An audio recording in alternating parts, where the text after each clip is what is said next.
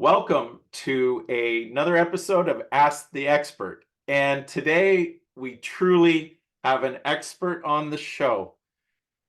I am over the moon that this guy even talks to me. Um, I have John Winsor here from Harvard University, and we're on an amazing topic that has always been near and dear to my heart, looking at the future of work, but it's even more near and dear to his heart, and he's wrote a book about it. So we have John Winsor on the show today talking about open talent and looking to use open talent and leverage it to help solve your largest business problems. So, John, thank you for taking the time out of your day today to have a conversation with me. I've enjoyed our conversations over the last few months, and I'm so excited to have you on the show today.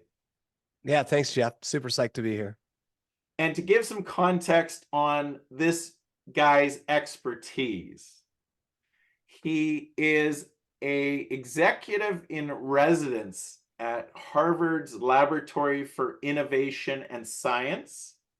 He's also the founder of a really cool community and company called Open Assembly, which brings people in the open talent networks community and platforms together and making it easier to utilize and provide jobs for people.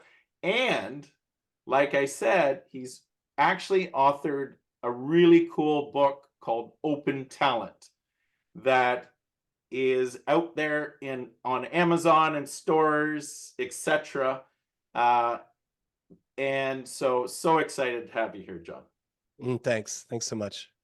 So, you know, the word open talent and the definition, you often hear about talent pools, talent clouds, crowdsourcing, there's lots of definitions.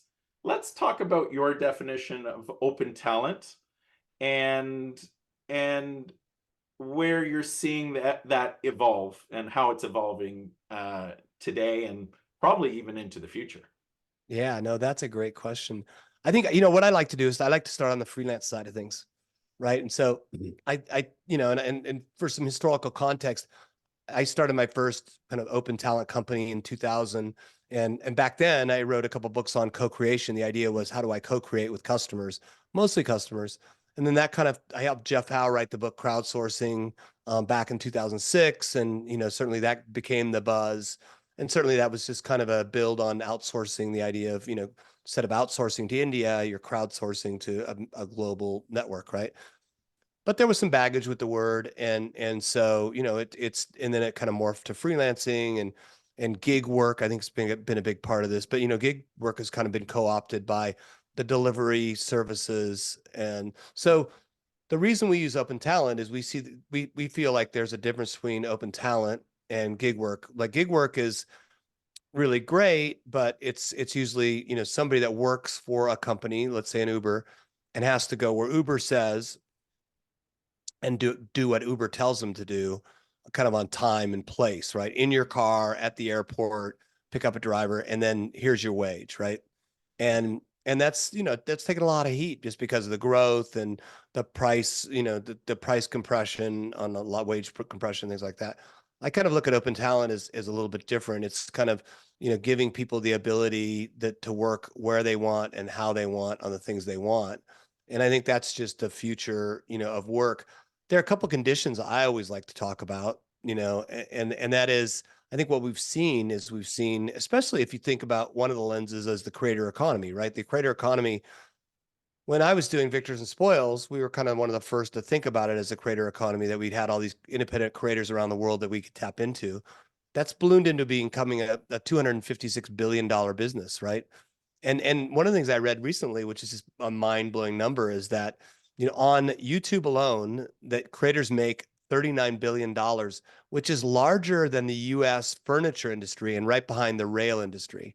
So it's really mind-blowing. So, when the reality is, when you create digital tools which technology does, it democratizes things. It doesn't matter, somebody was saying, well, what have the conditions been to make this happen? And my point was like, well, just think about how we used to search for things. If we needed a new dry cleaner, we would take this huge book out of our drawer called the Yellow Pages, right? And then we'd find dry cleaners and we'd say, oh, well, who's got the biggest ad? They must have the most important, they must have the most money, and that I can trust them, right? And it was only local, And it right? was only local. Yeah, exactly. And so Google comes along and takes all the friction out of that and takes, a lot more transparency. And so that's what's happening with work, right? It's giving people the ability to, do what they want when they want with their skills. And, I started off in magazine publishing, and, I've always often talked and thought about, like, we had 10 national titles and we had 120 people. But today, to produce the same amount of content, we probably need 4 or 5 people to create what 120 people did back then, right? And so that's just the reality, the way the world works. And so now they're individuals that can become, experts in their field by putting their shingle up online and compete with the way that things happen. So to me, the creator economy is a really important factor, to compare with the freelance economy. They're very, inextricably linked.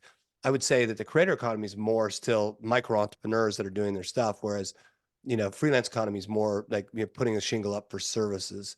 So for me, the different definition of open talent is really those people that have adopted to this, right? They've adopted this new world of work.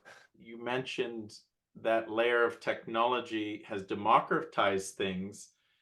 There's also that layer of technology coming in to assist the freelance, the open talent communities to do more Right, for sure. as well, right? So and that'll be an interesting evolution to this open talent, and I think it's only going to accelerate that, where technologies like AI will allow individuals and small groups of people to come together and do great things that, Mhm. like you say, would have been 100, 200 people in the past to do the same amount of work product, Yeah, right? yeah. Yeah, so it's funny because I've had so many conversations lately saying, "Oh my God, AI is going to destroy the freelance economy or open talent." My thinking is there's two things, right?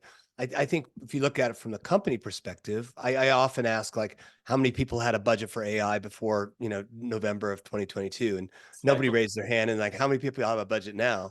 And then my point often is that, hey, world's going to change, and sometimes it's going to be smaller changes and sometimes bigger changes Yeah. like AI. But every company has to prepare themselves for the future and innovate. And the way to do that is to have a strong balance sheet.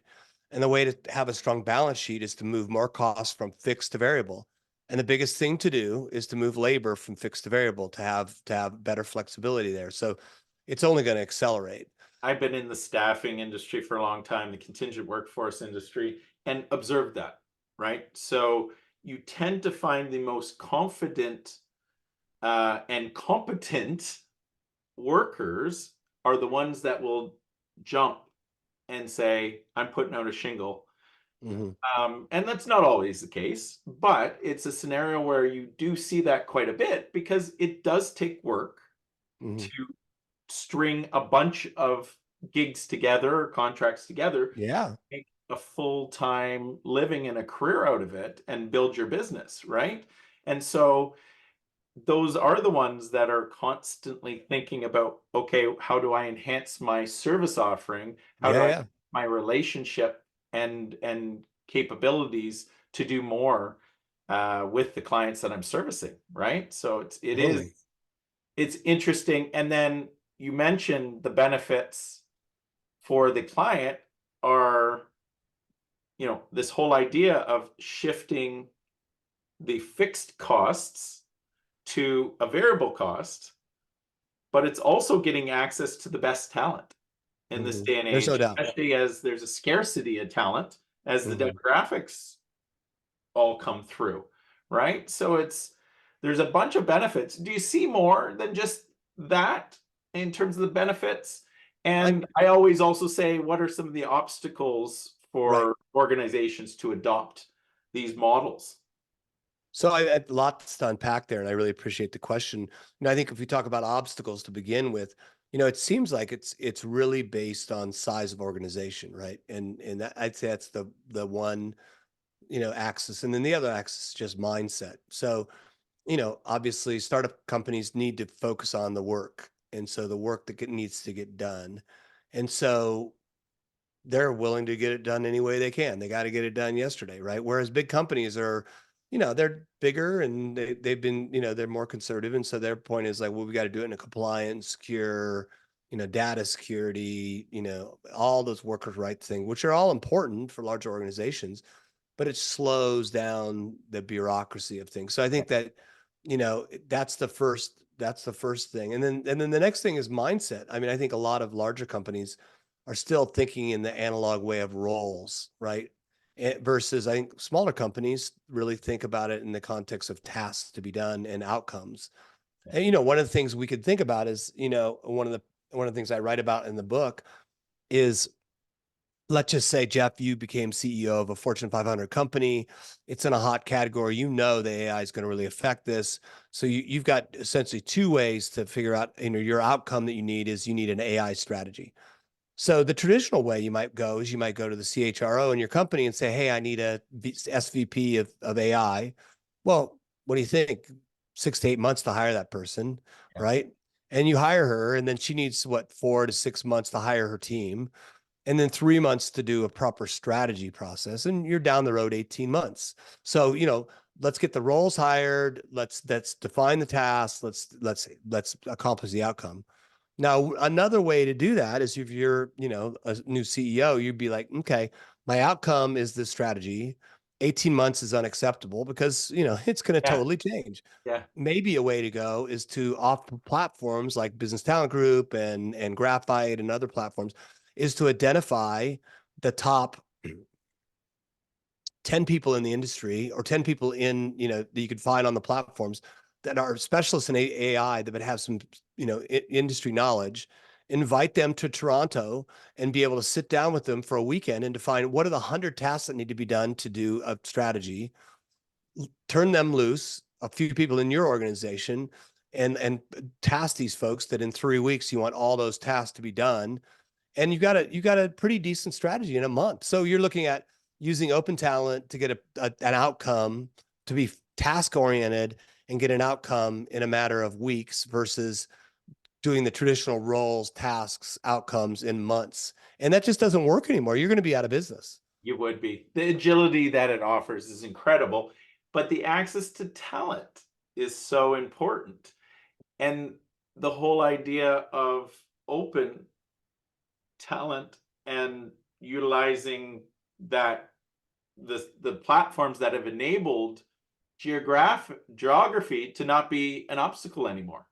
Right. So, like you said, invite them to come fly in, but we found them in Germany For or sure. India or wherever, and we brought them in, or we've done it virtually. So, Right. what it was already started with the remote work idea where the top talent said, you know what, I'm not going to commute an hour and a half into the office and I'm going to work remote.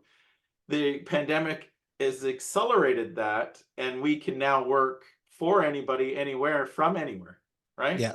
Yeah, it's always, I think the pandemic definitely accelerated it, but I find it really interesting. I had this company called Victors and Spoils, and it was an ad agency based on crowdsourcing principles. And so we were going head to head and winning things against, Ogilvy and JWT and people like that.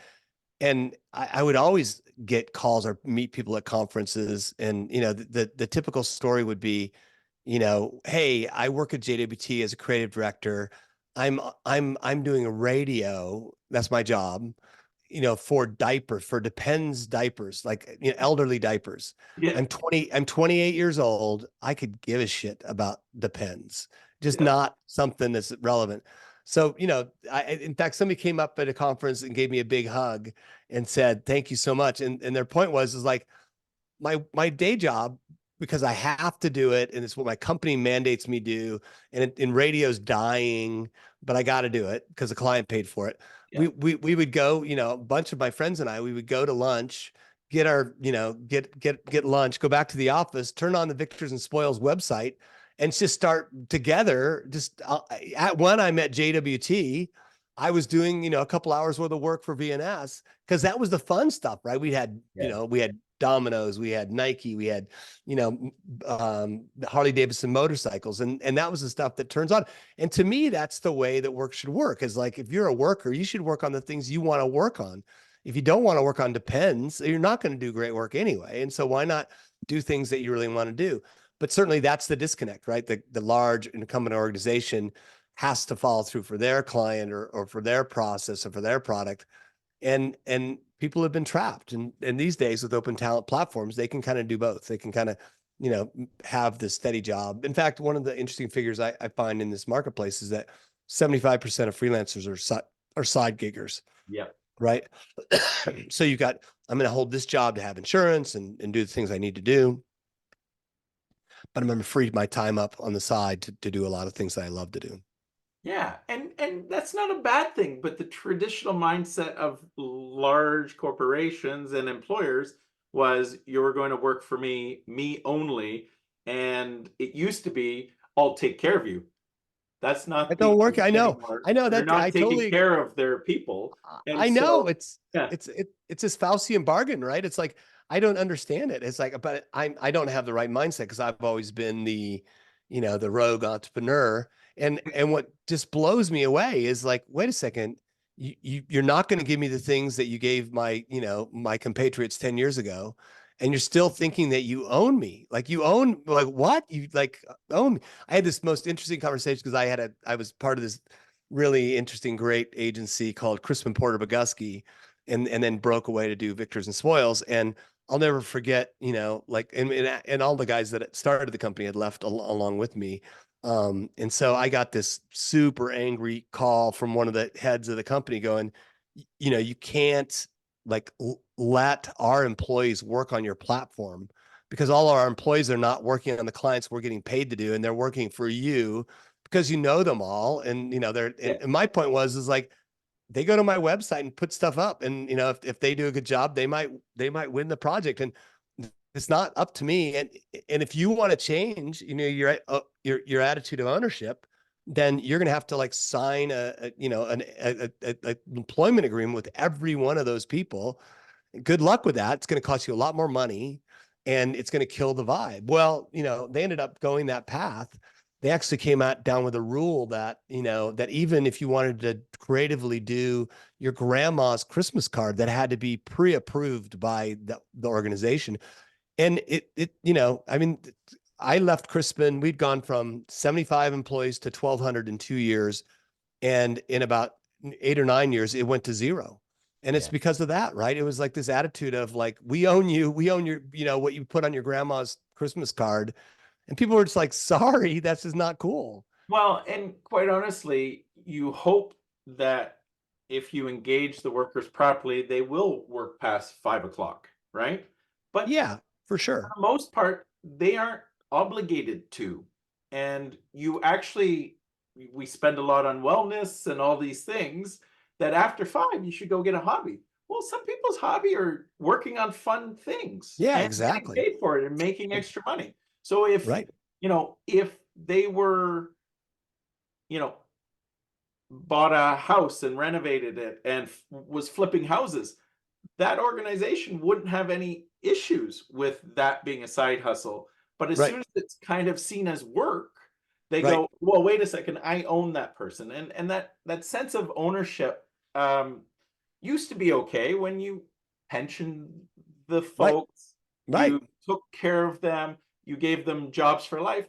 But the statistics are basically saying between contract and FTE, the tenure of contractors are elongating Yeah. with enterprise clients because if you find a good job and you Yeah. like the work and they keep offering you good work, you'll stay with them. Yeah. Whereas employees are shrinking. So Yeah. almost to be equivalent of, that 18 months to 2 years, it doesn't matter what engagement model you're under for the No, most I part. agree. I agree. I mean, it does it that mindset just totally blows me away. It's like I'm sure you heard the story and as well as I did, but the Wipro got a new CEO who is the the son of the founder.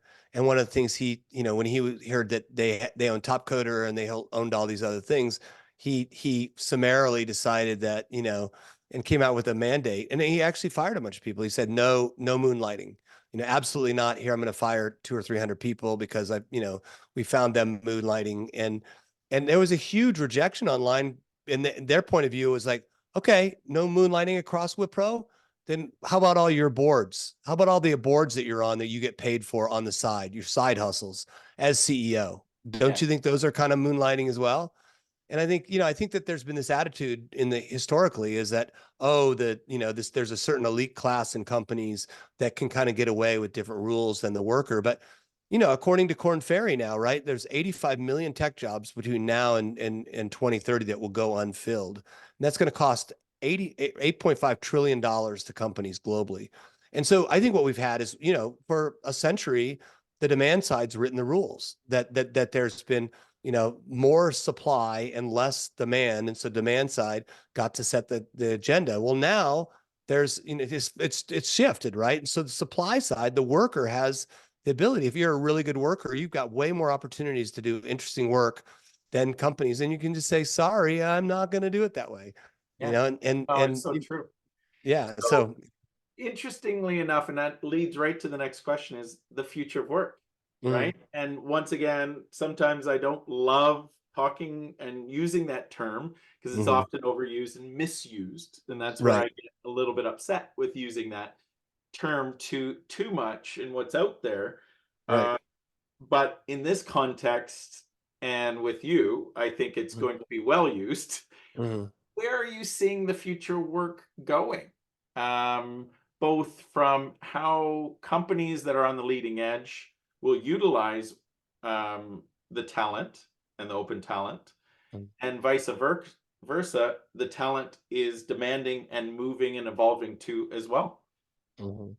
Well, I think the most important thing to think about in the future of work is the work, it's the outcome, right? Like that's the most important thing. Let's focus on the outcome. I've never really understood, and again, I'm biased because I'm an entrepreneur and I'm always, all I could ever focus on was the outcome. But, it's just always mind blowing to me that HR departments are, their biggest jobs are to, create, you know, employees longevity and employee satisfaction. And I never quite understood how those things have anything to do with outcome. Like what does an employee that has a longevity have anything to do with outcome? And in fact, I would question the fact that, if that employee is not upskilling and changing and adapting, then, you don't want them around for very long, right? You're like, Right. it's sorry, but 2 years, that's probably as long as you want them. And I think that there's just this, this kind of, HR industrial complex that's just feeding itself. That's just not going to be around very much longer. So my sense is, and just as a side note, because I love telling the story. So like you, right? Entrepreneur, you're cranking along and you're saying, every dollar I spend is a dollar I can't spend on getting the work done, right? So I'm not going to take first class. I'm going to stay in a shitty hotel. Like it's about the work, right? It's about like getting the product done. And so when I was at Victors and Spoils, that's way up. I'm just geared right towards in life. And yet I went to Havas, this big, creative company out of Paris, and as chief innovation officer when I sold Victors and Spoils. And one of the first meetings I got two calls that I thought were super fascinating. One was from a French historian that was signed to me as my consigliere, and I was like, what role, what am I supposed to use you for? I mean, how do we engage? And he was really explicit. He said, my job, I've been assigned to you, and my full-time job is to continue to explain to you how important the Havas brand is in French culture, like in the historical presence and the importance and how we take that forward and how you think about that. So I'm like, okay, that's kind of interesting. And then the other one that was so mind blowing, and again, take it for what it's worth because I'm the naive entrepreneur. I got a call from the head of HR saying, hey, you're a C-level at this big French company and we've got your office in Paris and it's all set and it's C-level, thing. But the one thing we forgot to talk to you about was your travel budget for the year. And I was, I mean, like you probably, right? It's like whatever I can spend, that's what I'll spend out of the profits. But they said, what do you think about 450? And I was like, well, I don't think $450 is going to get me very far. And their comeback was like, no, $450,000.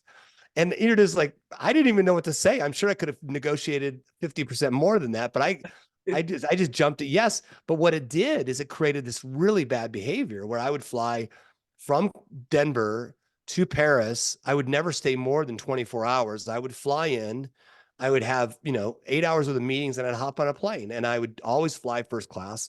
It was such a waste of money and resources and style. And it just blew me away. So my sense is that's just like the phone book, right? Just like the old phone book, that's going to go away. I mean, what's in threat are the incumbent organizations and their analog attitude. I wrote that case study about Balaji Bandili and Deloitte, and one of the things that was so profound in that case study, there was a lot in the case study that was profound to me, but one of the things that I had kind of known intuitively but not really thought about was that an organization, all organizations, they're really matching agents for talent, right? So if you think about a big managed services company or a consulting company, you go there when you're in another big company to say, I need somebody that's a digital strategist from a firm that I won't get fired for. Like nobody got fired for hiring IBM, right? But the reality is so if we think about it in an analog world, a Deloitte is just a brand that's a matching agent to say, I'm going to go to Deloitte. I'm secure. They're going to find me the right talent and they're going to guarantee the work, right? But Deloitte's really explicit. They say we charge 5 times what an employee's salary is, right? Because we got to pay for the brand and the offices and the private jets and all that stuff, which is great, right? And now you can go to a great platform like BTG or Graphite or Experfy, and you can look at somebody in a much more detailed way of like, what did Jeff do here? What was his rating? What did this customer say? How complete was his work? What are his expertises? And hire somebody at 1.5 times their salary versus 5 times their salary. Yeah. This old way of matching is just going away. So that's, to me, the big question is that I think that's the biggest reason that, this open talent movement is going to happen, is that you don't need to pay that kind of money anymore to get the work done. In fact, you'll do way better, like you said, is finding the right talent, aggregating teams in a new way. But it takes a lot more work for an incumbent organization to do that. They're used to calling, like we talked about with the SVP of AI. They're used to calling that CHRO and saying, find me this person, right? A lot less work. Yeah. So there is a strategy and an infrastructure and a methodology to working with the open talent platforms and pools to organize it. So just like you've mentioned AI, but there's a strategy and a way of working to bring AI into your current, what I would call analog models, to digitize and upgrade to work with it. And so it takes effort to do that.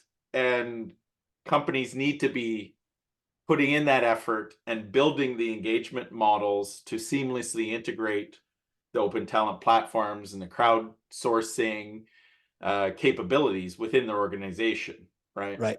Yeah, As opposed to the current models, which generally put constraints in place, right, and don't easily work with those models of talent. Yeah, and then you're smarter than I am in this space, but in the staffing space, I'm just constantly blown away. I mean, I always go back to that theory that you don't become conservative until you have something to conserve. And I was blown away this year at SIA by how many staffing companies now have staffing platforms, and essentially it's a direct response to open talent platforms. But it's like, I don't think you can digitally transform things if you're still using an analog strategy. Like, the reason that, that Facebook and Google totally decimated the print media business was because they had a digital strategy and a digital operating model. They weren't trying to protect the old way of working and trying to kind of just do things around the side. I would call that the kind of Kodakization, right? Is like, Yeah. we're all chemical engineers. We got this new thing called digital photography. We'll let those guys go play with it. It's not going to be a big deal because we get paid to put chemicals on plastic. That's the really important stuff to do. Kodak. Remember that company, I Kodak? know, exactly, right? It's just like, well, you're going to be another Kodak then, and I have a feeling a lot of these staffing companies are going to be the Kodaks, right? It's just Yeah. what's going to happen. So, Yeah. No, it's fascinating to start to see that convergence right, where the platforms that are doing it well, they are actually putting a little bit of manual processes behind it because they need to. right. But they come from a much stronger position to remain digitization and remove that manual process versus the manual process that kind of just puts a veneer of Hmm. digitization over the manual processes, Right. and you still have the manual processes, Exactly. right? It just is what Exactly. it is. So Well, it's, you know, it's analog dollars to, digital dimes. And it's like, if you've got a business built on analog dollars, it's super hard to take a 90% cut, right? It's great that it's innovative, but we're losing 90% of our margin, or our not all the margin, our gross revenue. So I try to bring things back from theoretical and conversation to Yeah, yeah, practical and yeah. saying, okay, if I'm a program lead at a large organization or mid organization, Right. how do I start engaging and put the building blocks in place to start really building out my strategy and start working with the open talent solutions that are there. Hmm. And conveniently, I know you're also working on that um, in bringing a lot of the platforms together and building a Right. community and making it easier to engage with. So Right. I know you've put tons of thought to this. Hmm. Um, and so talk to me a little bit about Open Assembly, but Yeah, also yeah. from the context of maybe not just Open Assembly, use us, but how do you work as a program lead, starting to engage and starting to think about your strategy to engage with the open talent communities and different methods of bringing in talent from all over the world? Yeah. So I think it starts with mindset we talked about, right? Like, how do we have a growth mindset and be willing to accept change? And then I think it goes to culture. When we think about it in the context of how do you create a networked culture, right? One that goes beyond your borders, that you think about, because I think all companies in the future will be platforms doing what they need to do that work with ecosystems of talent, right? And so if you think about that, we call it a networked organization in our book. And really, there are three things you need to build. One is an external talent cloud. The next is an internal talent marketplace. And the third is kind of open innovation capabilities. How do you get those kind of, really out there ideas that can really power innovation? And those are kind of three legs to the open talent stool. And my sense is that an open talent strategy is really represents the digital transformation of total talent.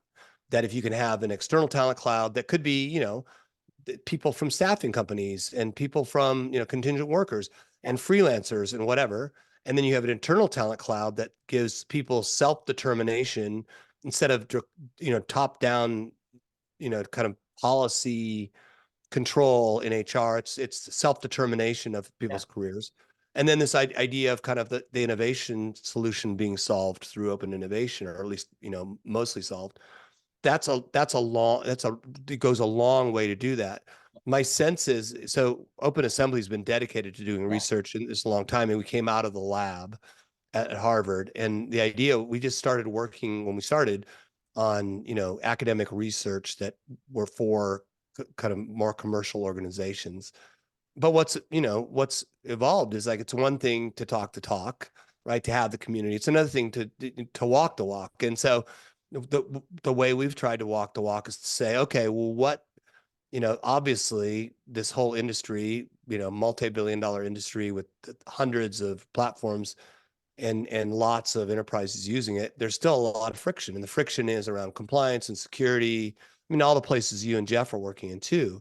And so if you focus there, it's like one of the things that we saw as an issue was that there's so many platforms that talk about work or the definition of work or the way they work in different ways. And so the idea of the book and the open assembly at the highest level is to create common language and common process. One thing to talk about common process, another thing to build the technology that allows for the common process to be adopted. So our technology is really, think about it as a kayak of open talent. We've really focused on the external talent cloud side of things. Like, how do we build external talent clouds so that companies can dip into these kind of their external talent benches and not care, because people don't care. People don't care if they've hired people from Upwork or from Fiverr or from Freelancer or from Experify. What they care about is the worker, right? And they want people, they want access very, very quickly. And so when we do the analysis and we look at it, one of the things that we found the biggest pain point for a lot of organizations is the time to hire, right? It takes 2 months, 3 months, 6 months to hire somebody. What happens if you could do that in 2 months, 2 days, 3 days, or 6 days? Like, that's the place. And then get great talent on a bench that's easily accessible when you need them and how you need them. So that's the real focus that we've been focused on. And, it's a tech journey, as you know, and it's been, the tech startup world has been all over the place lately. So it's kind of, it's a journey for sure. But I think the future of work is evolving and evolving quickly. For Um, sure. For sure. and the democratization of work is something that you've touched on, and I think the technology platforms are bringing to the world, which, you know, brings so much to not only organizations from how they can um, obtain the talent they need to complete work, Right. but for people around the world that weren't born in New York City Right. or near New Jersey or within a 45-minute commute. And so, you know, that whole idea of the transformation of abilities to earn an income on a global scale and companies to access talent from anywhere is fascinating, is going to continue along that path. And Totally. so I am, once again, I think this conversation could continue for Let's hours, keep it going. Let's keep and it going at another time. Yeah, for sure. we will for sure, but I'm going to cut it off here. But John, I can't thank you enough again Thanks, for Jeff. having a conversation with me on Always. open talent and open talent networks and your thoughts and your research. Truly, this was a amazing conversation. So let's keep them going. All right. Thanks, Jeff. Thanks for having me.